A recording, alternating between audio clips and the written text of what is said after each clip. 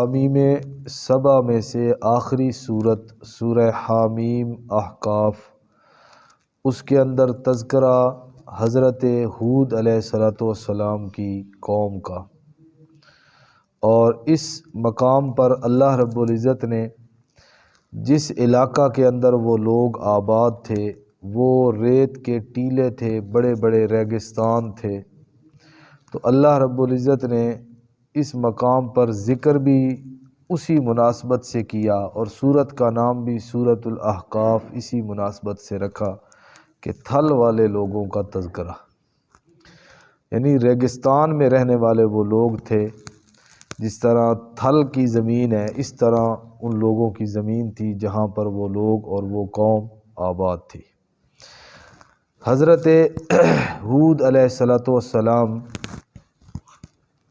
کی یہ قوم ہے، اور حضرت ہود علیہ السلام حضرت نوح علیہ السلام کے بیٹے سام ان کی اولاد میں سے ہیں، اور مؤرخین نے مفسرین نے حضرت ہود علیہ السلام کی زمانہ تبلیغ کو ذکر کیا کہ کتنا عرصہ انہوں نے اپنی قوم کو تبلیغ کی، تو مؤرخین لکھتے ہیں 480 سال حضرت ہود علیہ السلام نے اپنی قوم کو اللہ تعبدوا الا اللہ، لا الہ الا اللہ کی بات کی۔ 480 سال حضرت نوح علیہ السلام تھے جنہوں نے اپنی قوم کو تبلیغ کی تھی 950 سال، 950 سال، تو یہ اس کا نصف بنتا ہے تقریباً۔ حضرت ہود علیہ السلام نے اپنی قوم کو ڈرایا اللہ رب العزت کے عذاب سے۔ اللہ فرماتے ہیں وَاذْكُرْ أَخَا عَادٍ، ذکر کیجئے اخا عاد، قوم عاد کے بھائی یعنی حضرت ہود علیہ السلام کا، سورہ ہود کے اندر آتا ہے وَإِلَىٰ مَدْيَنَ أَخَاهُمْ شُعَيْبًا، ہم نے مدین والوں کی طرف بھیجا ان کا بھائی شعیب، وَإِلَىٰ عَادٍ أَخَاهُمْ هُودًا، ان کا بھائی ہود بھیجا، وَإِلَىٰ ثَمُودَ أَخَاهُمْ صَالِحًا، اور ہم نے قوم سمود کی طرف ان کا بھائی حضرت صالح علیہ السلام کو بھیجا۔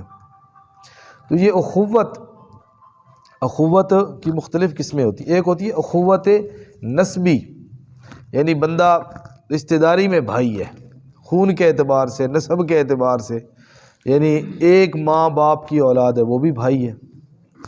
ایک ہوتی ہے اخوت ایمانی، اخوت ایمانی، دنیا میں جتنے بھی اہل ایمان ہیں ان کے درمیان جو اخوت اور بھائی چارہ ہے اس کی بنیاد ہے ایمان۔ جس طرح قرآن مجید میں آتا ہے انما المؤمنون اخوۃ، بے شک تمام کے تمام اہل ایمان وہ بھائی ہیں۔ اچھا، اسی طرح قوم اور قبیلے کی اعتبار سے بھی اخوت ہوتی ہے، بھئی یہ ہمارے اپنے قبیلے کا ہے، یہ ہماری اپنا قومی بھائی ہے، جسے ہم کہتے ہیں نا یہ میرا قومی بھائی ہے۔ تو یہاں پر جو اخوت مراد ہے نا انبیاء کرام علیہ السلام کی، کہ قوم عاد کے بھائی، قوم سمود کے بھائی، مدین والوں کے بھائی، یہاں اس سے مراد وہی قوم ہے، یعنی ان کا اخوت کا رشتہ قومی تھا کہ وہ اسی قوم کے اور اسی قبیلے کے وہ ایک فرد ہوا کرتے تھے۔ اذ انذر قومہ بالاحقاف، جب انہوں نے ڈرایا اپنی قوم کو بالاحقاف، اس ریت کے ٹیلوں والی زمین پر، وقد خلت النذر من بین یدیہ ومن خلفہ، حالانکہ حضرت ہود علیہ السلام سے پہلے بھی کئی ڈرانے والے گزر چکے، اور انہوں نے آ کر کہا اللہ تعبدوا الا اللہ، اللہ کے علاوہ کسی کی عبادت نہ کرو۔ ان کا بھی اپنا بت تھا جس کی وہ پوجا کیا کرتے تھے، جس کے سامنے وہ چڑھاوے، منت منوتیاں یہ کام کیا کرتے تھے۔ تو حضرت ہود علیہ السلام نے آ کر کہا کہ یہ منت منوتی، نظر نیاز، چڑھاوا، پکار، یہ سارے کام یہ عبادت ہیں، اور عبادت کا مستحق اللہ رب العزت کی ذات ہے، اللہ کے علاوہ کوئی بھی عبادات کا مستحق نہیں ہے۔ انی اخاف علیکم عذاب یوم عظیم، مجھے ڈر ہے تمہارے اوپر بہت بڑے دن کے عذاب کا، کہ کہیں تمہارے اس غلط روش کی بنا پر تمہارے اوپر بہت بڑا عذاب نہ آ جائے۔ یہ واقعہ نبی پاک صلی اللہ علیہ وسلم پر اللہ تعالیٰ نے نازل کیا، اور اس کی تفصیلات قرآن مجید میں مختلف مقامات پر اللہ نے بیان کی۔ یہ اس لیے کہ اہل عرب قوم عاد کے مساکن اور ان کے واقعات ان کو اچھی طرح معلوم تھے، اور جس طرح قوم عاد سرکش اور متکبر لوگ تھے نا، اسی طرح مشرکین عرب وہ بھی سرکش اور متکبر تھے، تو دونوں کی عادات ملتی جلتی تھی۔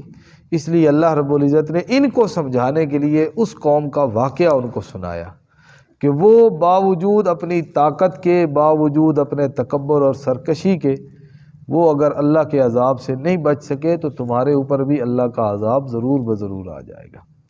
تو حضرت ہود علیہ السلام انہیں کہنے لگے کہ میں تو بھائی ڈرتا ہوں کہ تمہارے اوپر اللہ رب العزت کی طرف سے بہت بڑا عذاب نہ آ جائے۔ تو بجائے سمجھنے کہ وہ کہا کرتے تھے اجئتنا لتأفکنا عن آلہتنا، بھئی تو اس لیے آیا ہے کہ تو ہمیں ہمارے الہوں سے روکتا ہے۔ ایک اللہ کی عبادت کا مطلب تو یہ ہے نا، باقی یہ سارے بس ختم، پھر ہم ان کو چھوڑ دیں نا، پھر یہ تو پھر کسی کام کے نہ ہوئے، پھر ہم اپنے باپ دادا کے طریقہ سے ہٹ جائیں۔ تیری اس دعوت کا مقصد تو یہی ہے کہ سب کو چھوڑ دو اور ایک اللہ کو پکڑ لو۔ اجئتنا لتأفکنا عن آلہتنا، تو ہمیں روکنا چاہتا ہے ہمیں اپنے معبودوں سے۔ فأتنا بما تعدنا ان کنت من الصادقین، ایک اللہ، صرف اللہ، اس کا مطلب تو یہ ہے پھر یہ سارے دربار اور قبریں اور یہ اللہ کے پیارے اور اللہ کے ولی اور فلاں حضرت صاحب اور فلاں درگاہ، پھر یہ کچھ نہیں کر سکتے۔ پھر اس کا مطلب تو یہ ہے کہ پھر بس ختم ہر چیز، پھر صرف ایک اللہ کا در، یعنی اب ہم ان سب کو چھوڑ دیں۔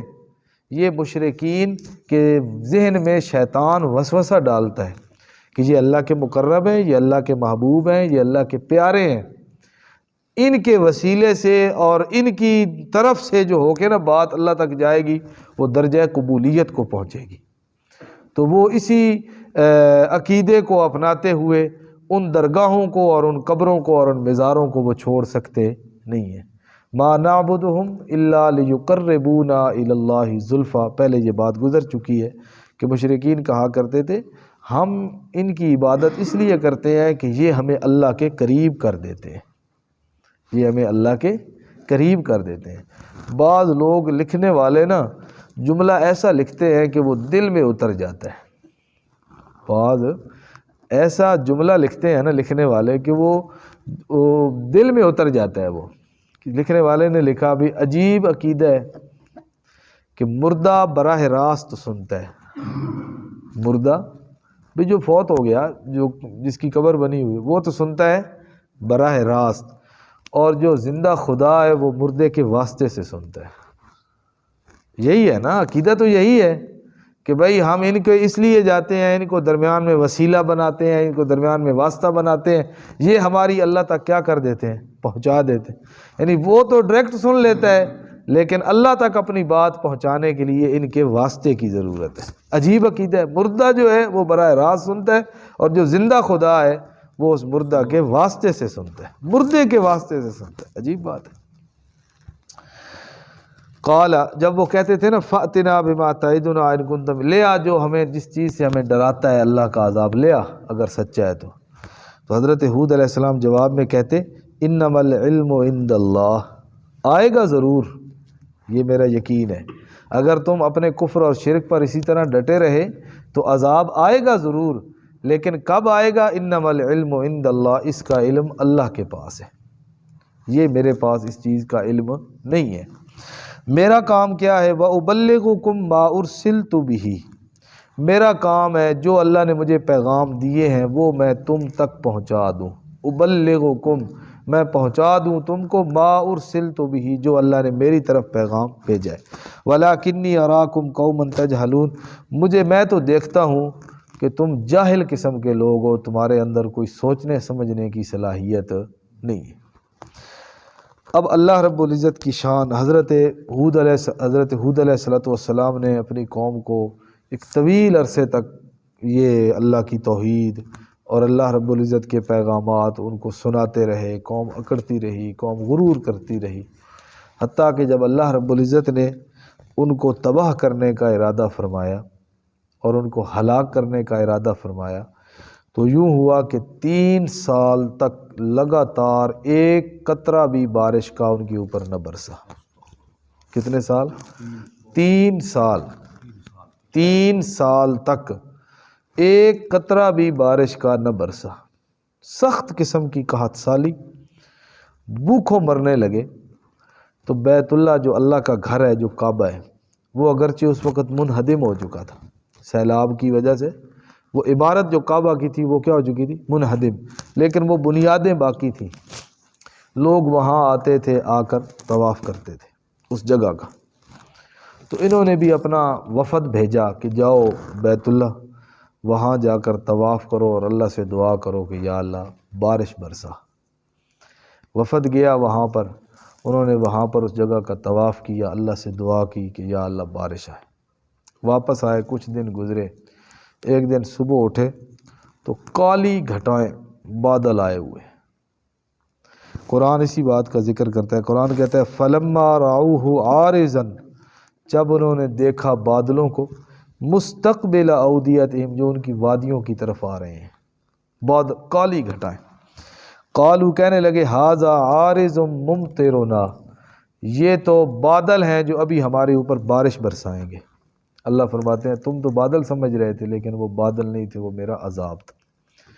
اسی لیے نبی پاک صلی اللہ علیہ وسلم کا معمول تھا کہ جب بادل بنتے، کالی گھٹائیں چھا جاتی نا، تو نبی علیہ الصلوۃ والسلام فوراً مسجد کی طرف آ جاتے اور اللہ سے دعا کرتے، اللہم انی اسألک خیرہا و خیر ما فیہا وَأَعُوذُ بِكَ مِن شَرِّهَا وَشَرِّ مَا فِيهَا، یہ اسلام دعا کیا کرتے تھے۔ تیز ہوا چلتی تو اس وقت بھی نبی علیہ الصلوۃ والسلام دعا کیا کرتے تھے، اللہم انی اسألک خیرہا وخیر ما فیہا وخیر ما ارسلت بہ وَأَعُوذُ بِكَ مِن شَرِّهَا وَشَرِّ مَا فِيهَا وَشَرِّ مَا أُرْسِلَتْ بِهِ۔ نوافل پڑھتے تیز۔ حضرت عائشہ رضی اللہ تعالیٰ عنہ نے پوچھا ایک دن اللہ کے پیغمبر، یہ بادل آتے ہیں، بارش آتی ہے اور یہ تیز ہوائیں چلتی ہیں تو آپ گھبرا جاتے ہیں، پریشان؟ نبی علیہ السلام نے فرمایا مجھے ڈر لگتا ہے اس بات سے کہ جیسے قوم ہود پر اور قوم عاد پر بارش بادل جس کو انہوں نے بارش والا سمجھ کے خوش ہوئے تھے اور اس کے اندر ان کے لیے عذاب تھا، تو میں ڈرتا ہوں کہ کہیں یہ تیز ہوائیں، کالی گھٹائیں ہمارے لیے عذاب نہ بن جائیں۔ نبی علیہ الصلوۃ والسلام کا یہ معمول تھا۔